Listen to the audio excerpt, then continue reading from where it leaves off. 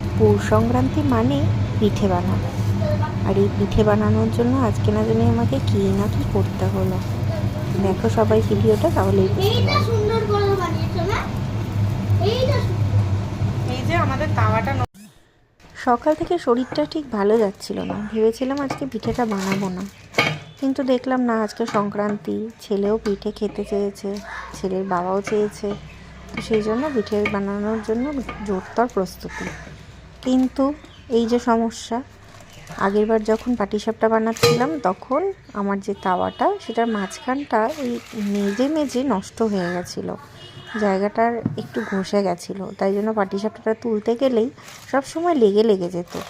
এইবার আমি ভাবলাম নতুন একটা তাওয়া আছে, তো সেটাকেই ব্যবহার করা যাক, সেটাও তো ব্যবহার করতে হবে, কবে আর করব, এই করে করে নতুন জিনিসগুলো না বাড়িতে দেখবেন থেকেই যায়। সেই জন্য আজকে আমি আর নতুন তাওয়াটা বার করে এটাকে স্ক্রুটা টাইট করে এটাকে আমি রেডি করে নিচ্ছি আজকের পাটিসাপটার জন্য। আর সবচেয়ে সহজে পাটিসাপটাটাই হয় বলে খুব তাড়াতাড়ি এটাই বানানোর চেষ্টা করি।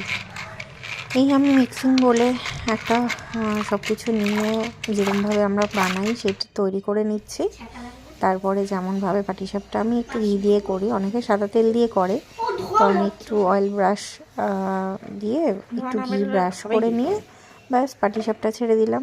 এত সুন্দরভাবে উঠেছে আজকের পাটিসাপটাটা যে মানে বলার কথা নয়। প্রতিবার যেটা হয় দুবারে তিনবারে আমাকে তুলতে হয়, আর এইবার যেটা হলো একবারেই উঠে গেল, তো সেটাই আজকে সবার সাথে শেয়ার করলাম।